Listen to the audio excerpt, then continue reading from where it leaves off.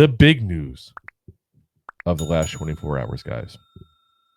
It is very, very rare that you see the Giants make a trade with a division rival. Very rare, especially when it's the Cowboys. And that's what they've done. They've gone ahead and traded Jordan Phillips along with a 7th-round pick in 2026 to the Cowboys for a 6th-round pick in 2026. So they gave him up for just moving up one round. Not even next draft, the draft after that. Like I said, extremely rare as it is to see a division rival with a trade like that. But it's even weirder to see what they got for him. It's like you got nothing, basically. You got barely anything, And Phillips was one of the rare veterans on our defensive line. You got Dexter Lawrence, you got Raheem Nunez-Roches, and you had Phillips. That's it. Everybody else is a guy who's late-round pick, undrafted free agent kind of guy that's trying to hang on and hasn't had a lot of experience in the league yet, especially when it comes to actual regular season games there. So, definitely a little crazy there. But Phillips also has been had trouble making his way up the roster there. He's, been playing mostly with the third team there in camp. Not what a veteran really wants to do at that point. That's kind of like a telltale sign that, you might not make the roster even. Because if you're a GM, if you're like a guy like Joe Shane, are you sitting there and saying, let me keep this 31-year-old defensive tackle? Or are you keeping the 25-year-old defensive tackle? You're keeping the 25-year-old guy because you figure he hasn't reached his peak yet. Whereas a 31-year-old, he's starting to get a little bit downstroke at that point there, trying to get towards closer to retirement than he is to, reaching his peak there. The peak days are over. And obviously Jordan Phillips really had that one peak year. That's kind of what he's known for, is that 1 year he had where he had 9.5 sacks back in 2019. He's been now in the league for 9 years now. And he's got 24 sacks. 9.5 came in that 1 year. So that was just, a 1 year wonder at that point there, basically. But yeah, so now he goes off to the Cowboys. And I got to think this was a move that Shane and Dable did to help somebody they had a relationship with in Buffalo. That's where Phillips came from.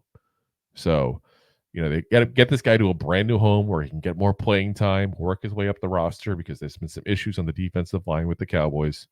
We get at least something for him. Even if it's not much, we get something for him. But I would have rather seen him released, guys. Unless Phillips went to him and said, listen, I want to go play for the Cowboys. Can you work a deal? Or cut me and I'll just go sign with them? Because if he said that to him, then yeah, might as well get something for him and trade him at that point. But it doesn't make sense that he would tell them that. He would just ask for his release as opposed to telling him where he wants to go.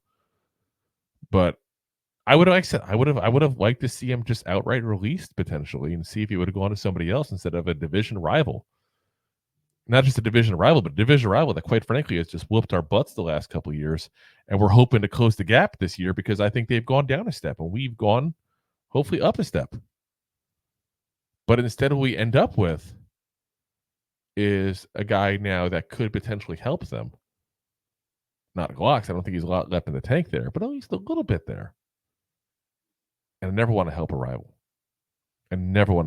Like if we've got even like a 5th or a 4th round pick, I go, okay, this makes sense. But we're moving from a 7th to a 6th in 26. Seems kind of a pointless move there. The Cowboys, just for the record, also, since we're talking to them here, also signed former Jet and Bengal Carl Lawson today, though. So, very good player when he's healthy, but quite frankly, he's just never healthy. He missed more games than he actually played in his 3 years in the Jets.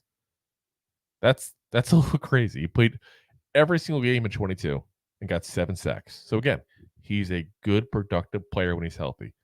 But he only played in 6 games last year and was out for all of 21.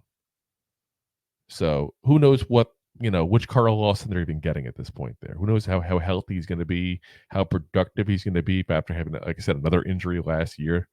But yeah, it's interesting to see these guys scrambling towards the end there, making moves in their defensive line. It should tell you something, Giants fans. it should tell you that the Cowboys, they don't like where they're at. They're not happy with where their defense looks right now. And they're making changes to that line. And anytime you have a team that's scrambling towards the end to make changes, multiple changes at a position with guys who are track record veterans, not like bottom level kind of guys at this point, that tells you there's issues going on. That's music to my ears. Absolutely music to my ears, Giant fans, to go ahead and see that kind of stuff there. So if you like that clip, then you will love the full episodes too. Find us on your favorite podcast app and look for us on all your favorite social media platforms. Thanks so much. Please, I'm begging you. Please subscribe.